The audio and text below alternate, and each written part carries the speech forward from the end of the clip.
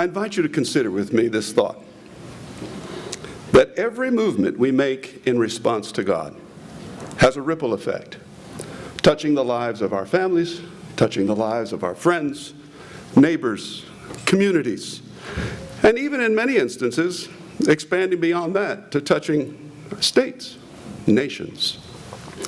And I believe the principal reason for why this is true is because the life of Jesus Christ that we are blessed to experience on the inside simply cannot be contained.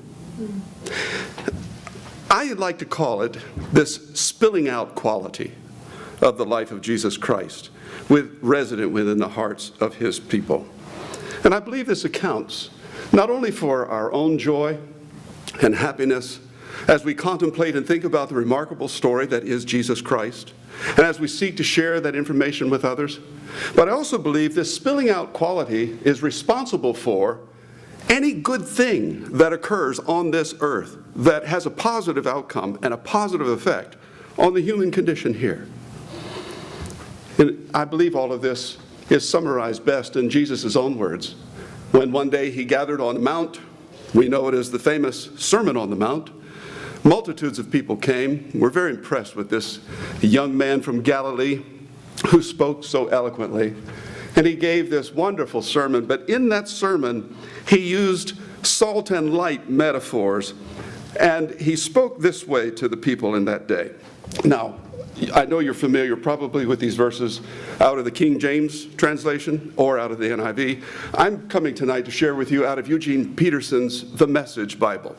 I found his use of the vocabulary that we use today to be so enriching. So here's, in the words of Eugene Peterson, as he translates those marvelous words of Christ, how Christ would have addressed those people. Let me tell you why you are here. You're here to be salt seasoning that brings out the God flavors of this earth. If you lose your saltiness, how will people taste godliness? You've lost your usefulness and will end up in the garbage. Here's another way to put it.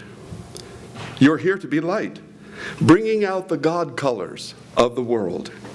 God is not a secret to be kept. Hey, we're going public with this. As public as a city on a hill. If I make you light bearers, you don't think I'm going to hide you under a bucket, do you? I'm putting you on a light stand. Now that I've put you there on a hilltop, on a light stand, shine. Keep open house. I like that. Keep open house. Be generous with your lives. By opening up to others, you'll prompt people to open up with God, this generous, almighty Father in heaven.